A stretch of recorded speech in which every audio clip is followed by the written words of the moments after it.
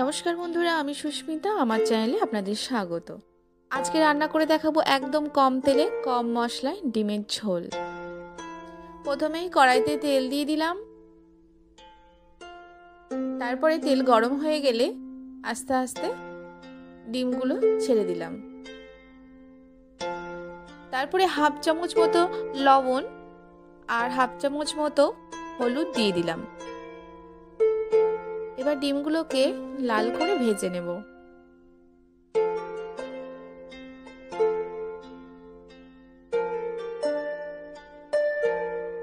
ডিম ভাজা হয়ে গেছে, এবার তুলে নেব। সেই ডিম ভাজা তেলেই কেটে রাখা আলুগুলো দিয়ে দিলাম।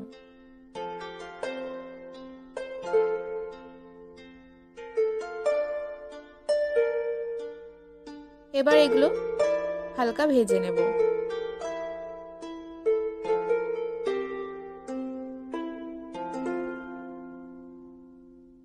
ভাজা হয়ে গেছে। এরপর তেলে তেজপাতা, এলাচ আর দারচিনি দিয়ে দেব। তারপরেই দিয়ে দেব কেটে রাখা পেঁয়াজ।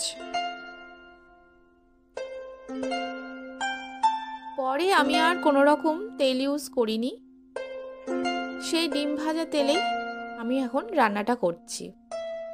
এখন ঘরে ঘরেই মানুষের বিভিন্ন রকমের রোগ, তাই এইভাবেই একদম কম তেলে কম মশলায় ডিমের ঝোল এইভাবেই রান্না করে দেখতে পারেন।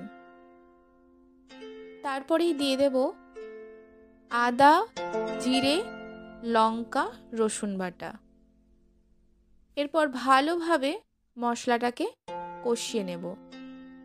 যেহেতু আমি একদম কম তেলে রান্নাটা করছি, একদম লো ফ্লেমে দিয়ে মশলাটা কষাবো, না হলে পুড়ে যেতে পারে।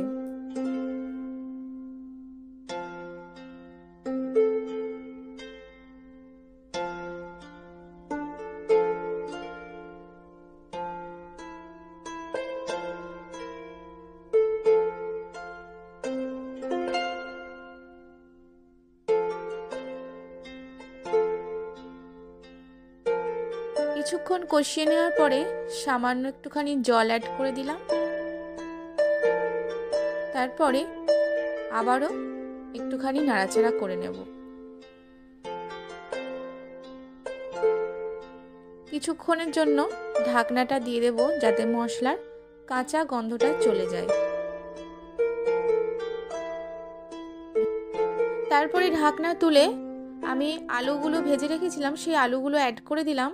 মশলার সাথে ভালোভাবে কষিয়ে নেব।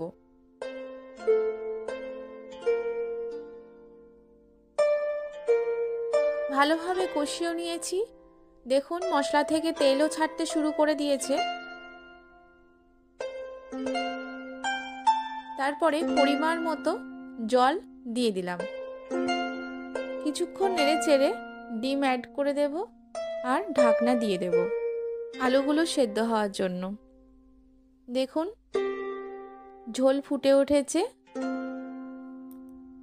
এরপরে হাফ চামচ মতো গরম মশলা দিয়ে দেব।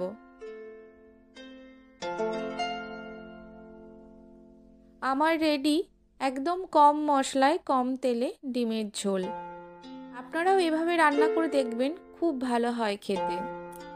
আমার রেসিপি যদি ভালো লেগে থাকে অবশ্যই সাবস্ক্রাইব করুন, লাইক করুন, কমেন্ট করুন।